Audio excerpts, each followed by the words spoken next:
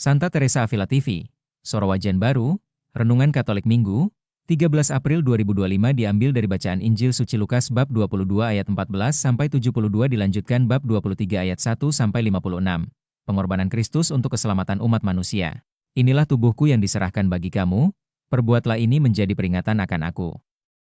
Lukas bab 22 ayat 19, firman Tuhan dalam kitab suci Injil Lukas bab 22 ayat 14-72 dilanjutkan bab 23 ayat 1-56 mengisahkan peristiwa-peristiwa penting yang terjadi pada saat perjamuan malam terakhir, penangkapan Yesus, pengadilan, penyaliban, hingga kematiannya. Peristiwa-peristiwa ini merupakan inti dari iman Kristen, yang menggambarkan pengorbanan Kristus untuk keselamatan umat manusia. Pada saat perjamuan malam terakhir, Yesus mengadakan perjamuan bersama para murid-Nya.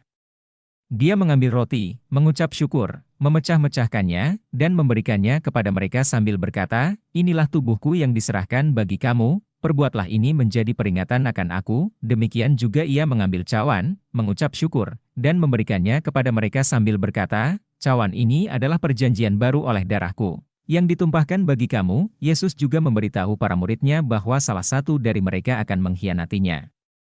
Meskipun para murid kebingungan dan bertanya-tanya siapa yang akan mengkhianatinya, Yesus dengan sabar menjelaskan bahwa itu adalah bagian dari rencana Allah.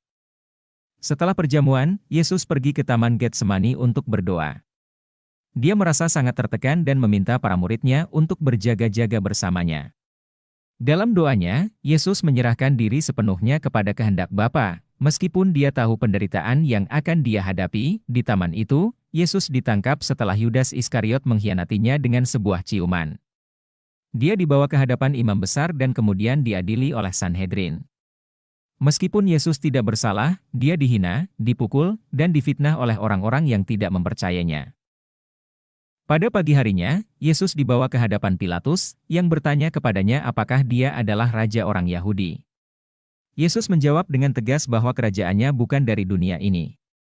Meskipun Pilatus tidak menemukan kesalahan dalam diri Yesus, orang-orang Yahudi mendesak Pilatus untuk menyalibkannya. Yesus kemudian dihukum mati dan dipaksa untuk memikul salibnya menuju Golgota. Di sana, dia disalibkan bersama dua penjahat. Dalam penderitaannya, Yesus tetap menunjukkan kasih dan pengampunannya. Dia berdoa kepada Bapa, "Ya Bapa, ampunilah mereka, sebab mereka tidak tahu apa yang mereka perbuat." Pada saat Yesus menghembuskan nafas terakhir, tabir bait Allah terbelah dua, menandakan bahwa melalui pengorbanannya, jalan kepada Allah telah terbuka bagi umat manusia. Seorang perwira Romawi yang menyaksikan peristiwa itu berkata, "Sungguh, orang ini adalah anak Allah." Peristiwa-peristiwa ini mengajarkan kita tentang kasih dan pengorbanan Kristus yang tanpa syarat untuk menyelamatkan kita dari dosa dan memberikan kita hidup yang kekal. Kita diajak untuk merenungkan makna pengorbanan Yesus dan bagaimana hal itu mengubah hidup kita serta memberi kita kesempatan untuk hidup dalam kasih dan kebenarannya. Poin-poin refleksi sehari-hari. 1. Makna pengorbanan Yesus. Renungkan sejauh mana kita memahami makna pengorbanan Yesus bagi keselamatan kita. Apakah kita menghargai kasih dan pengorbanannya yang telah memberikan kita hidup yang kekal? 2. Mengikuti teladan Yesus. Evaluasi sejauh mana kita mengikuti teladan Yesus dalam kasih dan pengampunan. Apakah kita siap untuk mengasihi dan mengampuni sesama, seperti Yesus mengasihi dan mengampuni kita? 3. Kesetiaan dalam iman. Bagaimana kita bisa lebih setia dalam iman kita kepada Tuhan, terutama saat menghadapi tantangan dan penderitaan? Apakah kita mengandalkan kekuatan dan kasih Kristus dalam setiap keadaan? 4. Meneladani kerendahan hati Yesus. Renungkan bagaimana kita bisa meneladani kerendahan hati Yesus dalam setiap aspek kehidupan kita.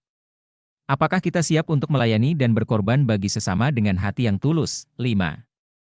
Berserah kepada kehendak Allah. Apakah kita berserah sepenuhnya kepada kehendak Allah, seperti Yesus di Taman Getsemani? Bagaimana kita bisa lebih peka terhadap bimbingan Tuhan dan mengikutinya dengan hati yang tulus? Dengan merenungkan dan mengamalkan pesan dari Injil hari ini, kita diajak untuk memperkuat komitmen kita dalam hidup dalam kasih dan kebenaran yang diajarkan oleh Yesus serta menjadi saksi kasih Tuhan di dunia. Marilah kita selalu mengandalkan kasih dan bimbingan Kristus dalam setiap langkah hidup kita, sehingga kita dapat menjadi saksi kasih Tuhan di dunia. Thank you for watching. Join dan subscribe Instagram, Facebook dan YouTube Revival One.